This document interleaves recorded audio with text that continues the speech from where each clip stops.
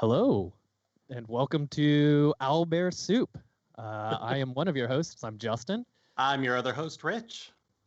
So to get a few things out of the way first, Aubrey and I are upgrading our streaming studio. So if my camera goes out, I will be right back. My voice will still be going through. That's run through a different system. I'm glad that's up first. That's good. Good, important information to have out. Yeah, and let us know if you see anything wonky, and I'll try to fix it live. But anyway, so Rich, how was your week? It was a big week for you. What?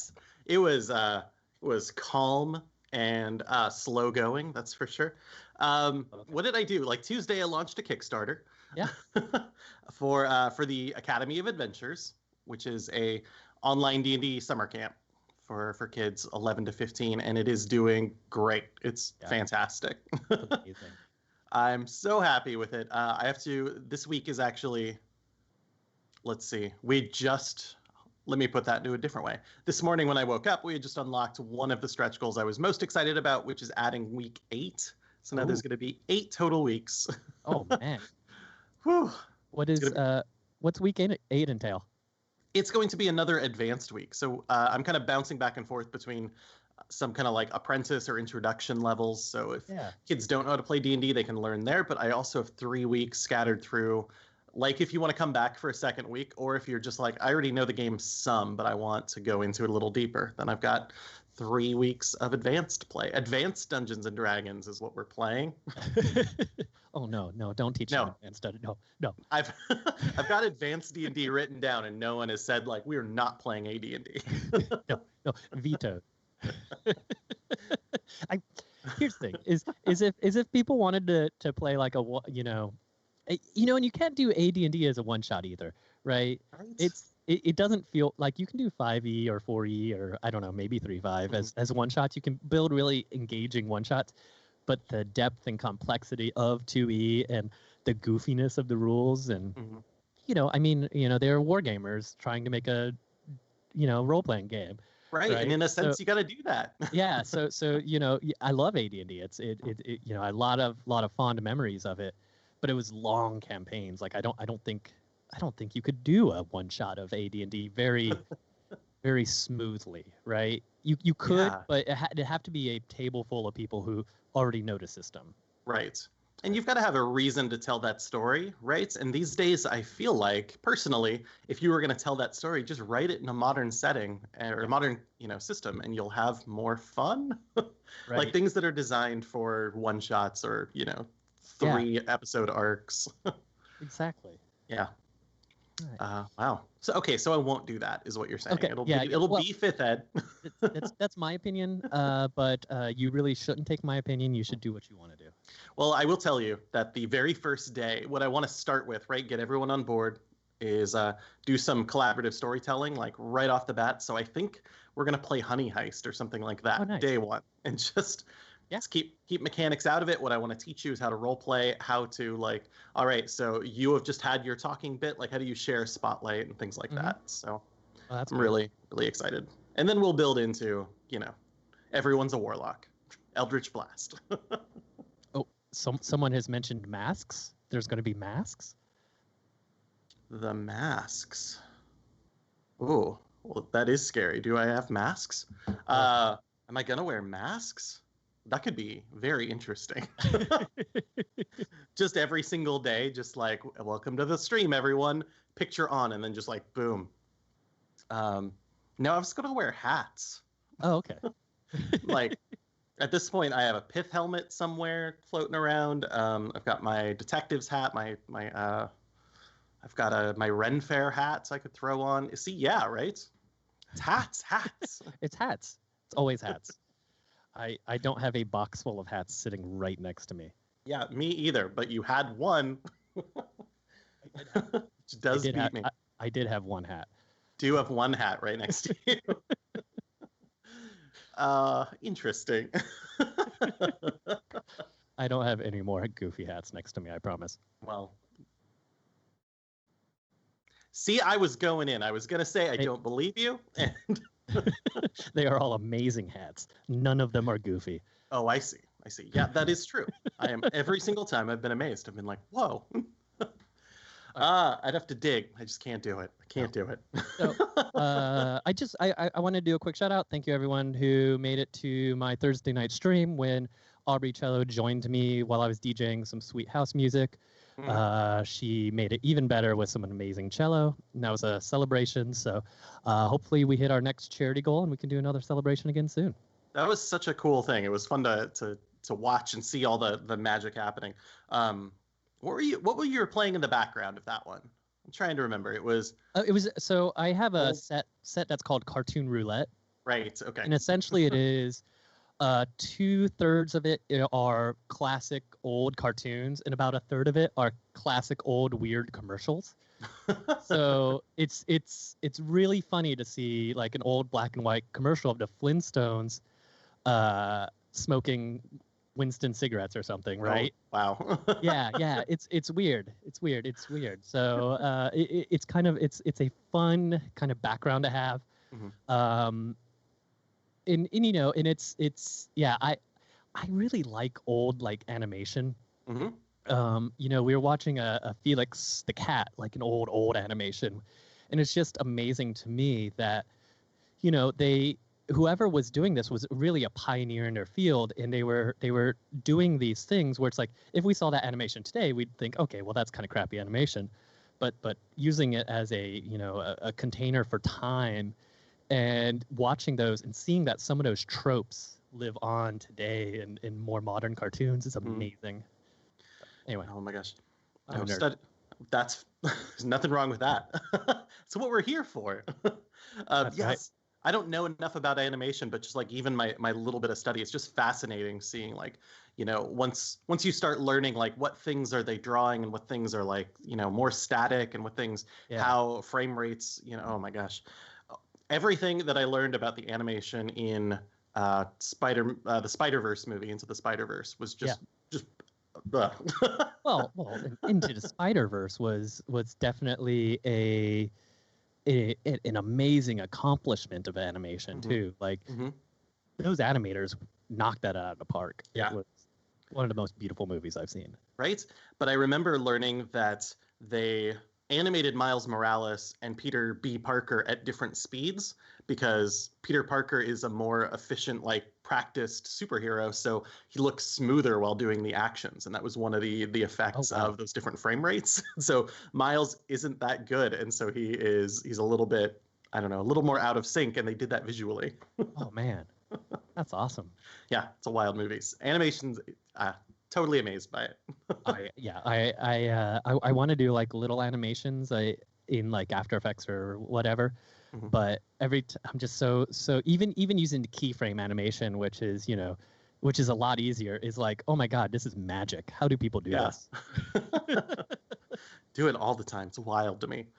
Well, anyway, so that's a really cool background for your shows. That's fantastic. I love it. Yeah. Typically we either do Cartoon Roulette, which is what I explained, or we'll throw up some old movies, stick to the public domain, that type of stuff.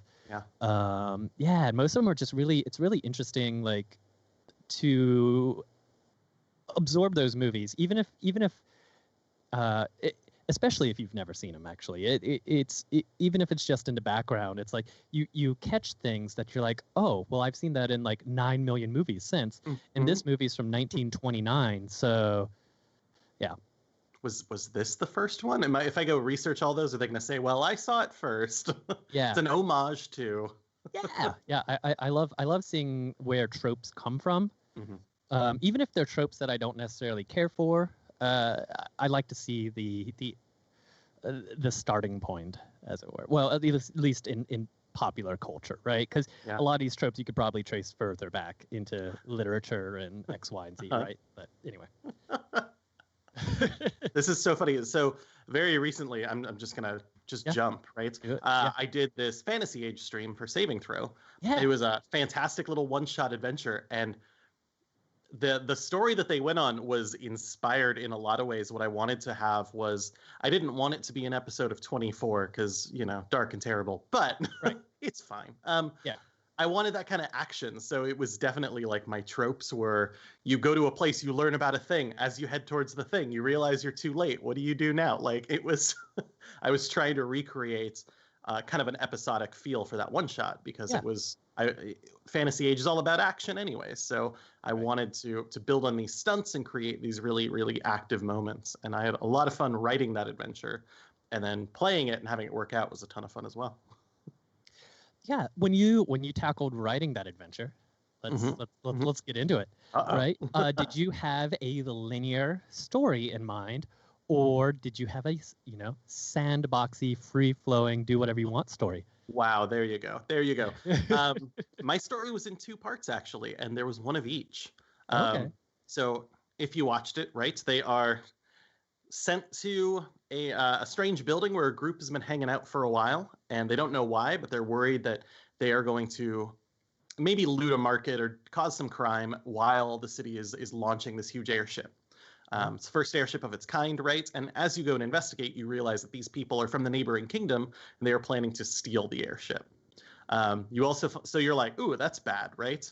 I should stop them from stealing things. But there's also evidence that the noble house that commissioned the project created it to attack that nation, and the two nations are allies. So it's this moment where who knows what could happen or where it could go, and I didn't want to write what the heroes should do because I didn't know what they would do. So it's very linear in we go find this information out, we get an info dump, we totally do. Then we rush up to try and get onto the airship and board it and stop something. And they have to jump off, it's already launched. And so it's like diving down under this bridge, and they leap off the bridge to save it, right? And they have to like go on a bunch of flags and streamers. And it was that was one of my favorite moments, because once they landed on the ship, it was totally Sandbox from there. Like I had written in the structure of the ship, the different groups on the ship, different paths depending on, and there's so much written for that Sandbox style, because it was like, maybe you'll attack these revolutionaries, I need their stats. Maybe you'll attack these guards. Well, I could use the same stats, but I want them to feel different, so different stats. You could even, like, if you wanted to, just steal the airship for yourself. I had written that the inventor just wanted to fly. That's the whole point. So if you tell them where to go, they'll go. I didn't know what they were going to do. Yeah. I was going to say that seems like a great structure for a one-shot, right? You use a way to push the narrative, push them from, step A into the second half of the narrative, which is a little more open. And I mean, your airship almost sounds like a dungeon crawl in an airship to me, right? Yeah. And dungeon crawls themselves are, I feel like, this middle road between railroading and Sandbox. Maybe we should take a step back too, and even talk about what railroading and Sandbox are. Sure. Yeah. So players, or in general, the term railroading refers to a D&D game, RPG, where the GM, the DM, what is it called in Alien? I just really love it so much. The Game Mother, right? So good. Is it really? Yeah, it is so good. So good. The Game Mother. That's amazing. Creates the story and pushes the players along it, taking away player free agency, right? It's a negative term, right? And then so the opposite of railroading is Sandbox, where you plop the sandbox there, you drop the players in it, and you let them do whatever you want, or whatever they want, not whatever you want. Right, and you react. And then you react. Yeah. So the argument always online is that players want Sandbox and they get mad at railroading, right? But the truth, I think, is that there needs to be some element of both. And that's kind of what you were explaining in your, idea for the one shot, right? Or your one shot is you have, in the dungeon crawl is perfect for that, right? The Endless Dungeon is a railroady Sandbox. You spend all the time in the world in dungeon, but you have no free agency to leave the dungeon, so you're railroaded to be there. So the DM can prep for the next week, knowing like, oh, you guys aren't leaving the dungeon, so I can prep this, right? Yeah. So, and well, especially if it's a dungeon that is large enough that people have choice about how they move through it, right?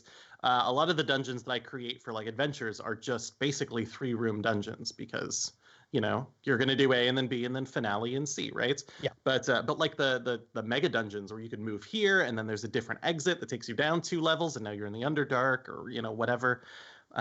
Those kind of dungeons I don't get to play enough of, but you're right? They're easier to prep because I know it's a finite universe. Like the choices are finite, but it is pretty open to players how they want to move through it. That's a good point. Yeah. Yeah, and Aubrey made a good point. The game I'm running right now has transitioned from a almost completely sandbox game to a very linear game. In Sandbox, I set it up so that I gave them some plot hooks. They could ignore them or they could follow them, and so normally they would go down a little bit into the Dungeon of Mad Mage, retreat back to their tavern. Do some tavern business, do some shopping, maybe some side quests, some side adventures, and then go back into the dungeon. Well, partially because of the situation we're all in with COVID, and partially because I needed to unify the party a little bit, I was like, okay, well, let's create a situation in which you cannot easily get back to the surface. And the only way to solve the issue is to keep going down. All right, so now they're stuck in the Dungeon of Mad Mage. They have some agency in that they are able to move however they want, interact however they want with the dungeon, but they're still in the dungeon. Right. There's still only really one way for them to go. So I feel like something like that, like dungeons, it's that nice balance between the two. Yeah, absolutely. That is interesting. I like that, especially Dungeons of the Mad Mage. I mean, again, that's one of the few mega dungeons I have looked at recently, and the way it has mirrors. Have you already done mirrors? Am I telling any secrets? Here's the thing is I have, like I do with all published adventures, things are all kind of wonky. Okay. And so in comparison to the book, if they were trying to follow along, they probably couldn't. Well, the level... I gotcha. The level that I used has 2 mirrors in them, and I use them both as portals back to the real world. Okay. So they basically came in through one of them. Now, is that how it worked? They were teleported in. That's right. They were teleported in, and then there were 2 mirrors within it. And I had locations, like post locations for both of them if they went through to get back to the world, because that's what they were trying to do. They were trying to find a thing in here and then get out. Yeah. And I love the idea that these mirrors that are built in are kind of teleporty. Yeah. Right? That's a smart way to let people move around and say, like, I don't want to do this level anymore. I'm jumping in here and I'm going somewhere new. And the way that the game is designed, and this is like a fiddly rule, so this feels like one that you could throw away pretty easily, right? Is that some of them have level barriers to walk through. They have found a couple. Well, so where they are in the dungeon, they've found a couple of the portals, but they aren't encapsulated in mirrors. And all they get is the voice that says, you're not quite ready to go there, right? That's it. And if they decide to go there, they're going to go there, and I have that prepared and ready, right? So, like, I think it's on level 2, you can find a portal to level, I'm going to pick a random number because in case they go back, you can get down to level 632, right? And, and then I have level 632 prepped, and I know exactly what's going to be on the other end of that portal, but they don't. It's just going to be a big foot that just like boom. Yeah, exactly, right? But they get the warning, and the warning is built into the campaign, and the players have heard that warning, and they have opted to not go through those portals yet because they're listening to the voices in their heads, like every good adventurer should. I like that. Okay, that makes a lot of sense. Right? That's very similar to the are you sure you want to do that? Yep. Which is perfect. Okay. Yeah. Wow. So so kind of jumping a little bit around, I guess. I don't know. So yeah, the problem with running a completely railroad campaign session is that not just are you taking the agency away from the players, it's no longer collaborative storytelling. You're telling a story and they're interacting in your story, right? Right. And then on the flip side, I feel like Sandbox is the players are telling the story and you're just there to facilitate their story, which is once again not very collaborative, right? It's I think you said it perfectly. It's reactive. Right. And I do know people who are very good at that kind of improvised storytelling. Yeah. And I'm just not that great. I'm okay at it. But it's hard to when the players say, I want to go do this to, I mean, how long can that story go if I haven't prepared something in advance? I love being prepared as, as a game master. And it's really difficult to be prepared in a sandbox. Unless you just have resources like you have written pages and pages and pages of campaign background, and you can just be like, oh, that's fine, let me flip to page 7, which is absolutely why a dungeon can be useful, or a pre-written book. So if people do move around, you can instantly grab a resource and just start running that. But wow, like a totally improvised social urban campaign or something is like a dream of mine, and I don't think I could accomplish it actually. Yeah, I feel like I would need to do so much prep in that. Like, I did a little bit of it, but I definitely limited the NPCs that the parties could interact with.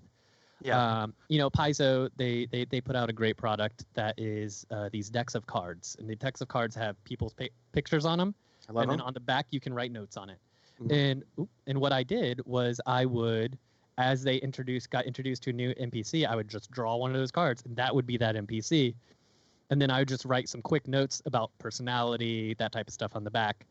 And then that just became part of the living world. Absolutely. That's so good. But it was definitely hard to manage.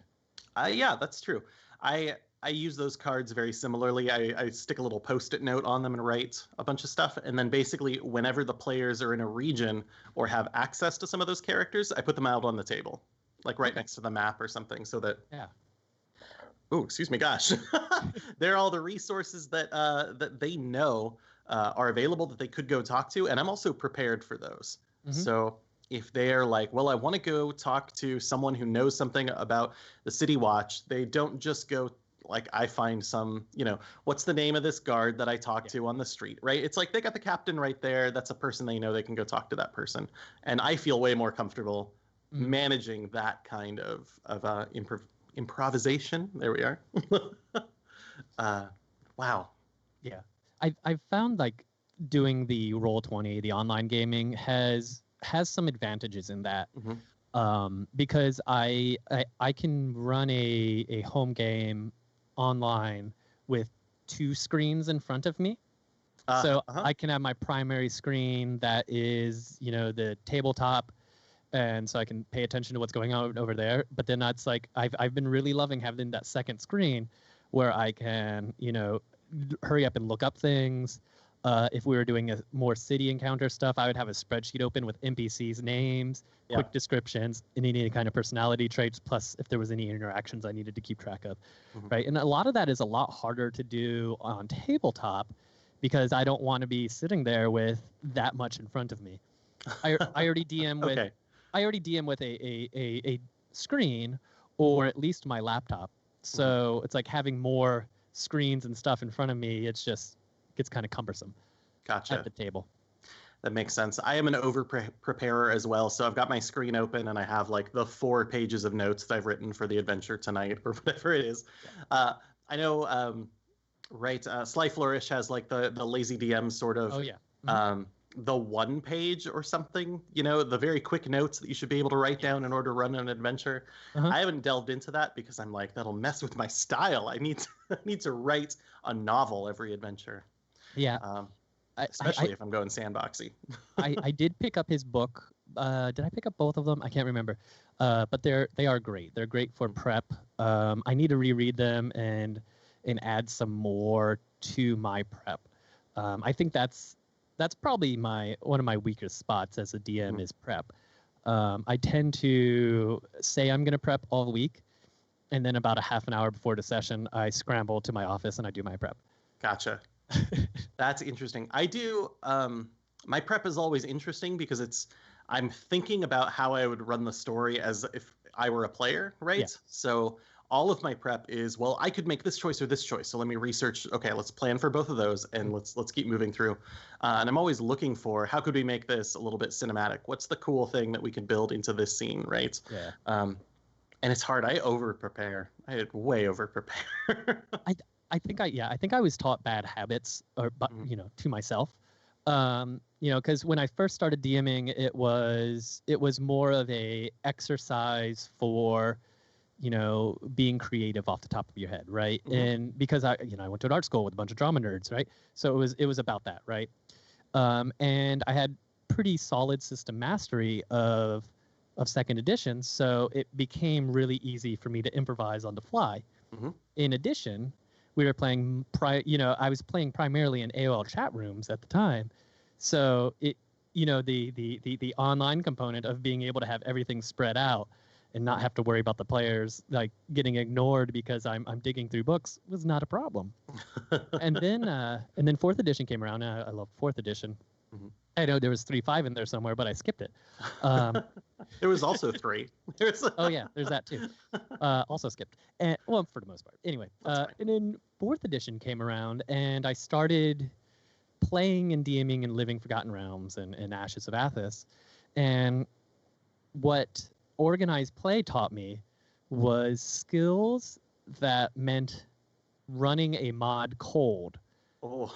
Right? And and that is a skill that I now have. Like, if I were at a con and they needed a DM for a 5th ed table or a 4th ed table, not that you will see 4th ed very much at a con, but a 5th ed table at least, and they're like, oh, can you run this? The next slot is in 10 minutes. I could go, yes.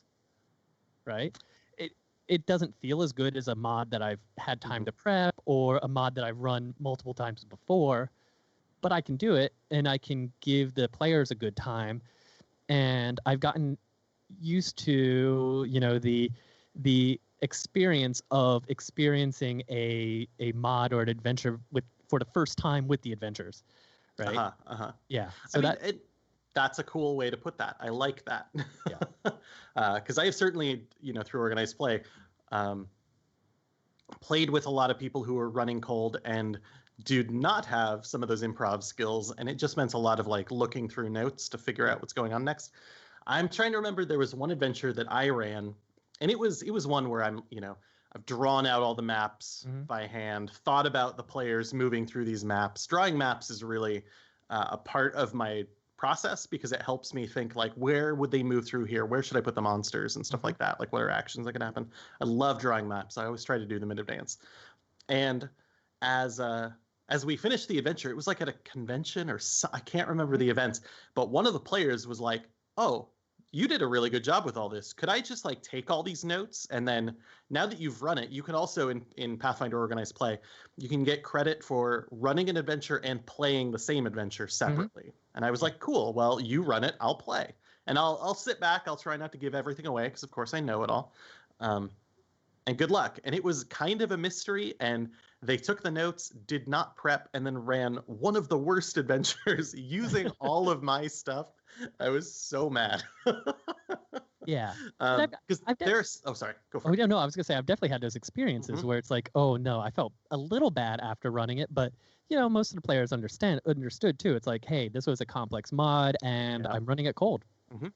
That's the way it goes, right? And so the good part then is getting to play, right? We're playing a story together, and for a lot of people, I mean, that's what we're here for. So there's no problem with that. I like the idea of having those skills because they teach you how to improvise with a solid structure, because sometimes you just can't find the material you're looking for, and you're like, well, I'm going to make it up, and then later, because in a lot of those mods, maybe the character, like the NPC stats are in a different place than when you meet the first NPC. And so you're like, I don't know, they're this. And then you eventually find out, okay, either I can retcon or I can just adapt, right? There's a lot of adaptation that comes out when you start playing adventures like that or running adventures like that. Yeah, in kind of the gauntlet, right? To learn these skills quickly, especially in organized play, is through Shadowrun missions. And Teos, correct me if I'm wrong, but Spycraft, I think, had an organized play for a little while too. And and those adventures would come to you, and they would be like, some of them could be like 3 pages, and that's the entire 4-hour adventure. And so there's so much background work that's always done, and that really builds a lot of that improvising, right? And trying to move the adventure along with the players. And those mods, I would argue, are a little more sandboxy than your classic like fourth ed, your early 5e D&D mods, your Pathfinder mods. Those I think are very railroady, but they have to be because of the context. Right. Yeah. Yeah. That's a good point. In the adventures I was just writing for Empyrean Investigations, I think each one is about 20 pages, counting the player handouts. Because I want to build all that background stuff. I have a lot of trouble running an adventure that is too short, because the DM's job is so there's so many jobs going on at the same time, right? So if there's not enough information there and I'm trying to think about how to create things, then maybe I'm not doing as good of a job running the table and making sure everyone gets their moments and the stuff I like to do as a DM. Yeah. So a short adventure for me is a problem. I will take that and I will just write another 3 pages to go with it, and then we're off and running. And we talked about this a little bit beforehand, and and I think this is kind of a good example of sometimes and especially in any kind of sandbox or those small adventures, you have to take the player's lead and run with it. Yeah. And I was talking to you about my favorite, kind of trap, which I won't be able to use again because some of my players are in this chat, but not trap, but a puzzle, right? So, the idea is, and I know I stole this from somewhere, so, but I've adapted it for my own use. But the players are dropped into the room. It's a four walls. On each of the walls is a man-sized outline, a rectangle, and in the center of the room is a circle. And then you ask the player, you just say, all right, there you are. And then you listen to the players as they try to figure out how to solve this puzzle, right? But what you're actually doing is you're trying to figure out the best way to solve this puzzle, because there is no real way to solve this puzzle. It's the best idea, or the most unique way that they try to do it, and you're like, oh well, that's perfect. That fits, the players. It rewards the players for being creative. It fits the narrative of the story, and it's and it's just a fun way to kind of tackle those kinds of puzzles, puzzles without an answer, and that's what it is. That's a sandbox game encapsulated in a room. Yeah, for sure. I like that because it's an improvised puzzle, right? You are everybody knows, right? All the players are on board with there being a solution, and you aren't trying to trick them. There is a solution. It's the one they're going to come up with, right? And maybe which is very cool. Not the first one they come up with, right? Maybe you heard someone else mention a little idea that you're like, oh, that's the idea. I want them to grasp onto that one. Yeah. And the first one they come up with, no, that doesn't quite work.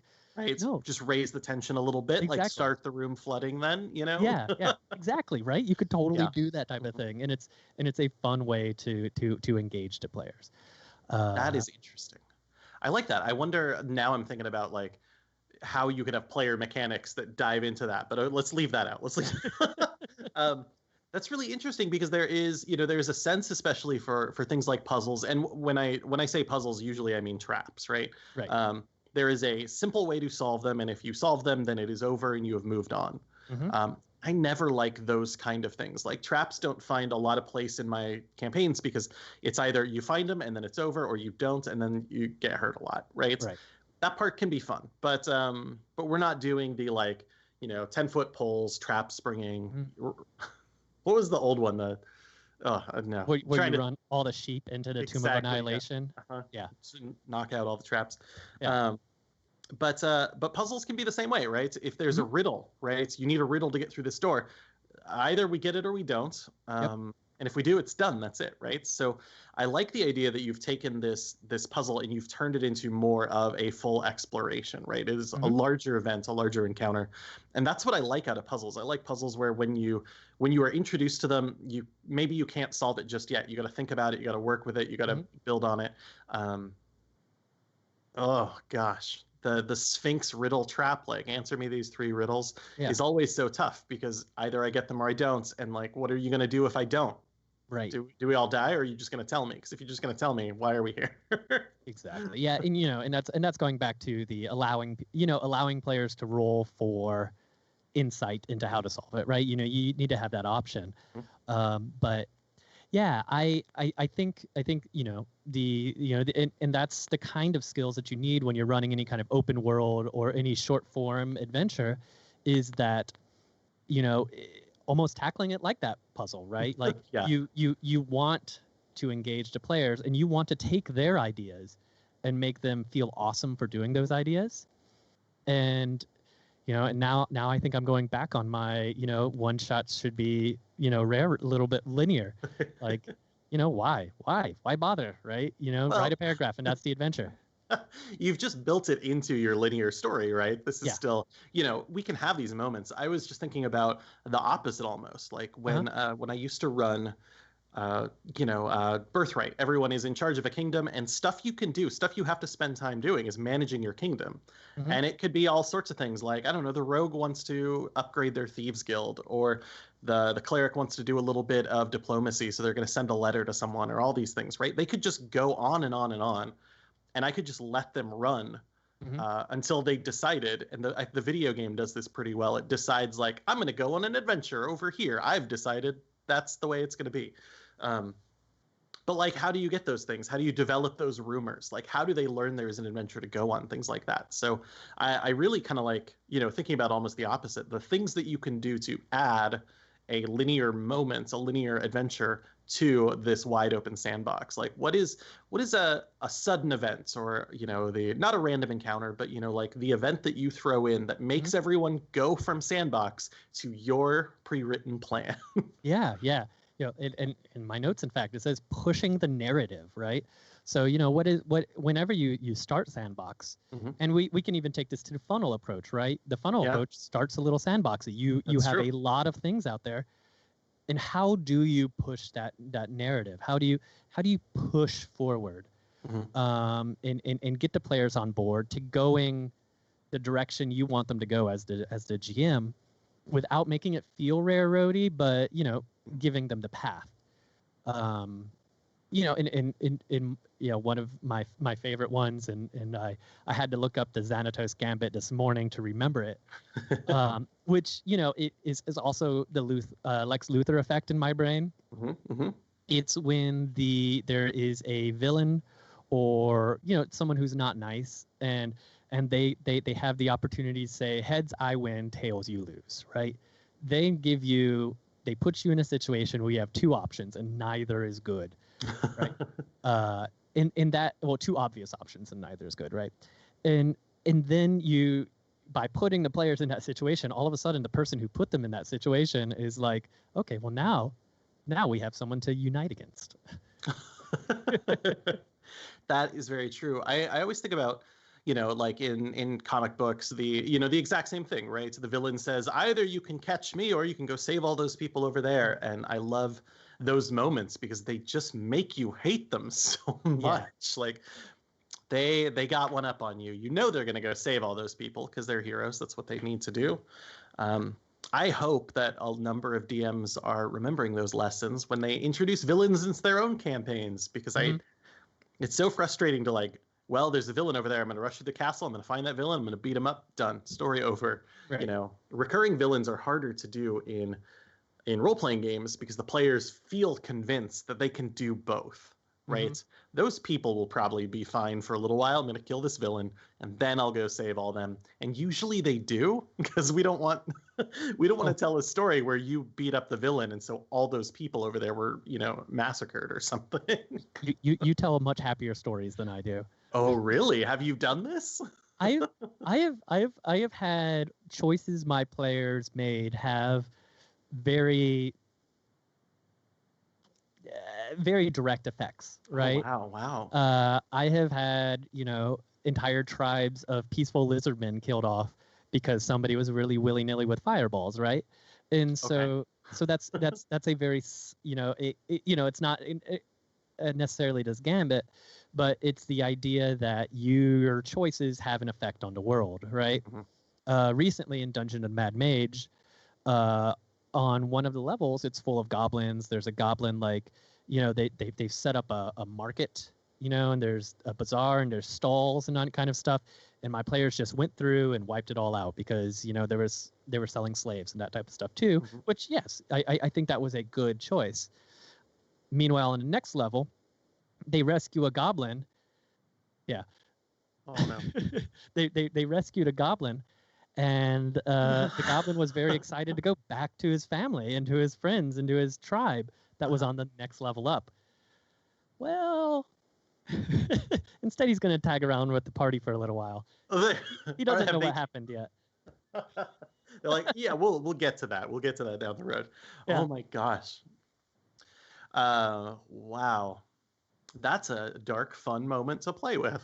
It is. Constant reminder of the results of your actions. Yeah, exactly. You know, your adventures, adventurers. You're a force of destruction, and sometimes you destroy the wrong thing. Mm-hmm, mm-hmm. That is very interesting. We have been, like you said, I try to keep my stories kind of heroic for the most part, and because of that. And in this game and in a couple other games, a rule that we have had kind of locally is stop making your enemies cute. Because if they're cute, am I supposed to rescue you? Is that what's going to happen? Because then the story changes pretty dramatically. Yeah. So that's that little bit of, as we're telling a story, we get attached to one of the enemies can be very fun. When it happens every single time, then it can end up being a problem. So we've had to do that. We've had to start making our monsters more monstrous. That's what your young rescued goblin just made me think about. Like, I love that moments, because if you're doing that, it's cool that time. If you're doing it every single day, it's hard. Yeah. No, and it definitely doesn't happen every session, but my players, I feel like, know to both trust me and not trust me, right? So good. In both in a positive way. Also, Teos is requesting that you run a Birthright campaign stream, and I would like to sign up because I've never played Birthright. So, yeah. What are you doing later today? Wow. Well, I guess rebuying all the books. I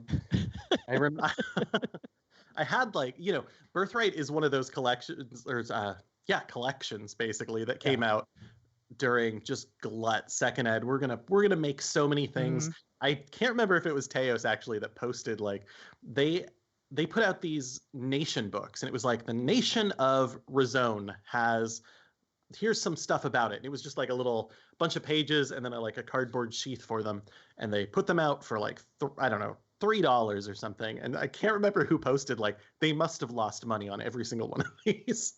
Yeah, because they were everywhere, and I had most of them. I collected so much of that campaign, but I hadn't played it since college. And one of my friends from college was like, "Hey, can I borrow that? I kind of want to check it out." And that's it. It's been gone.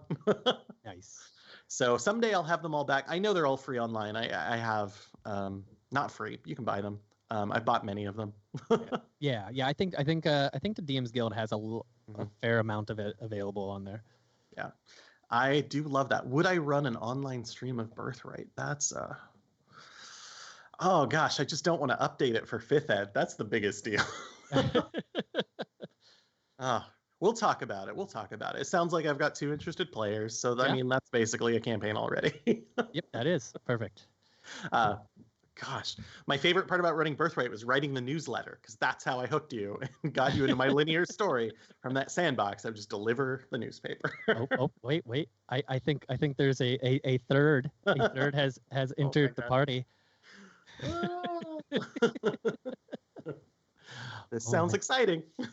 Yeah. So what other ways do you use to push the narrative, as I'm pushing the narrative of this show along, to push the narrative of a sandbox game towards where you want your players to be? A more sandbox game, not necessarily a sandbox game. That is a good point. I actually did a thing in the stream the other night that I was proud of and horrified by at the exact same time, which was as the players approached, and this is still on topic, I hope. As they were approaching the bridge, and my plan for them was very specific. What I wanted them to do, what I had planned for them to do, is to leap from this bridge onto the deck of the passing airship and use these flags and streamers to, carry their weight on the way down. So they got up to it, right? They see it. They see that the boat is already left. I describe exactly what's going to happen.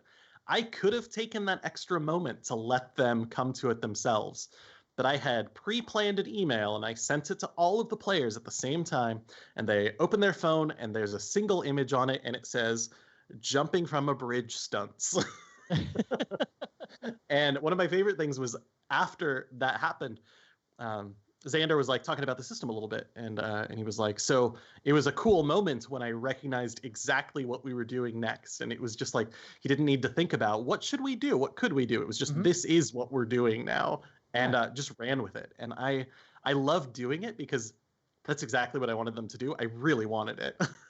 And that game, because it's action based, you know, it's like a video game. Sometimes you don't get all the choices in the world.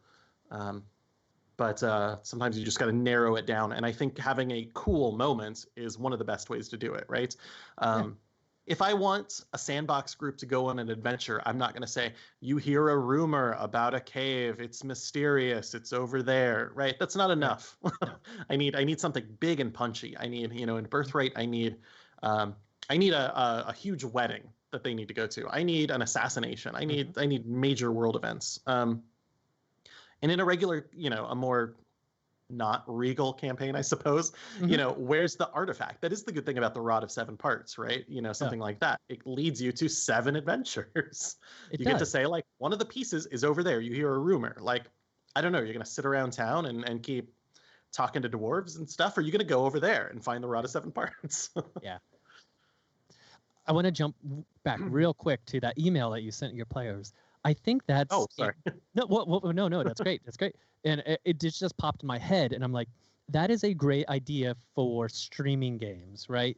Having a Discord chat open, having an ability to message your players, something off screen that helps the players engage in what you're setting up a little bit more quickly. Whereas if you're sitting around a tabletop or just, you know, doing Roll20 with your buddies, you can allow the players to take that time to dissect it and try to look at options. Whenever you're playing online for an audience where, you know, not only are you trying to tell a story and have a great time playing this game, you're also attempting to entertain the audience to, you know, accomplish your goals, right? Whether your goals are to, you know, just you love performing, you love being in front of an audience, or if it's raising money, or if it's the X, Y, and Z, right? You know, you have those things there, and being able to give the players a hint, like, hey, here's something really cool that I think you'll eventually get to if you had time to sit around and talk about it and had all the rules in front of you. But I'm just going to go ahead and push this to you right now so that you can react quickly, and there's no stall in the adventure, in the excitement, the fun of the game. And I think it's fun for the players/performers as well as the audience. Yeah. So anyway, I was just congratulating you on that. That was awesome. Thank you. One of the other things I did in there that I liked, and I actually got this from a real event that I did at my home table, right? I did a countdown. And it was just like, and if you don't, by that, you know, you, all players, you've got a lot of choices, you got a lot of stuff in your mind. I'm putting a countdown, and at the end of it, decide. Like, and that what I wanted is for the players to individually decide, right? So they're not all saying like, all right, hand in, are we all doing this? They all needed to jump, and basically in the order that they said I jumped, that was their initiative for doing it. But in a home game, I did a thing where they all had to decide to take someone's offer, like a villain offered to teleport them somewhere. And, you know, I want you to go do this thing. And I cannot remember how I've put the whole thing together, right? But teleport is a spell that only works if you're willing. And it's not like a group decision to be willing. I mean, it could be. But basically, what I did with all of them is I said, all right, here's a token. And I passed them around the table. And I was like, there's a white and a black, or, you know, 2 little gems. On the count of 3, we're all going to reveal them so that you know if you were willing to go with the spell or not. Because they can't discuss it. They can't discuss it in front of the villain. They don't have telepathy, right? We could let a group make this decision, but it's actually kind of cool to break it up and let it be this player thing, and you need to decide now, and let's stop having a conversation about it. Let's just get in the action. And it was great because half of them were teleported and half weren't. And that's, you know, and that's kind of pushing the narrative, right? That's one of the other 3 ways that I thought of to help push a narrative, and that's time crunch. And initially in my head, time crunch was, all right, well, the world's going to get destroyed in 3 days. You have to figure that out. But also you can take that time crunch to the meta level and time crunch to players. Like, For example, in my head, like if I were to do the physical puzzle of stacking dice, right? Yeah. We talked about this like last week or whatever. If I were to do that again, it might be a race, right? It might be you have to stack, the entire table has to get their stack of dice done before I get 5 stacks done, because I'm going to start it, I'm going to do one for each of you, right? And or maybe before I get the entire table has to get it before I get 2, because I know these are all gamers who stack their dice for fun, because what else are you going to do when it's not your turn in combat? You're going to stack your dice. So like if I were to do that puzzle again, maybe that's what it would be. It would be the time crunch there, that meta time crunch to get them to go, all right, you guys are racing out of this dungeon. In order to see if you make it, I am the dungeon. I'm going to stack 2 stacks of dice, and you all have to stack your 1 stack of dice each. Whoever doesn't get it stacked in time, well, we'll figure it out then, right? So, anyway. Yeah, it's interesting because you can do. I wouldn't do it all the time, right? All the time gets people too tense. Now you're playing a dexterity game, which is but every once in a while it's interesting, and I like the idea of doing it for things like traps. Like. Oh my gosh, the floor is starting to fall. Everybody make a dex saving throw, right? Yeah. But what if it was you play a little dexterity game right then? It is on a time crunch, and you either succeed or fail, and that's just the way it goes. That's kind of It's not going to work with all groups, but is a fun idea. Yeah. You can give them, and I think it's important. Once again, going back to this, giving them the opportunity to roll. I am ridiculously good at dexterity games. That's just in general really good, right? Yeah. But if you have someone at the table who, for any reason they may not be good at dexterity games, 1,000,010 reasons. Yeah. Or you can just roll a save. It's great. Totally. Or and then if you have that player who isn't great at dexterity games, maybe they're really good at word find puzzles, right? Maybe then you're like, all right. Here's the deal. You have so much time to find 6 words in this word find puzzle, and then that will open the door, right? It's part of another puzzle within the game to engage the players who like those kinds of puzzles. And by the way, there's so many of those out on the internet right now because of this trend of like, what's the first cantrip you see in this word find? That'll be your cantrip. So there's plenty of those puzzles. They're super easy to take from the internet right now. And use in your home game, and don't use them in streaming because somebody else owns those. That's right. I'm trying to think. MT Black owns half of them. Yeah, probably. And along with the time crunch, you mentioned kind of little plot hooks to engage the players to go to a certain direction, but the other way that I like to think about is giving enough clues so that the players kind of put together organically what you want them to do.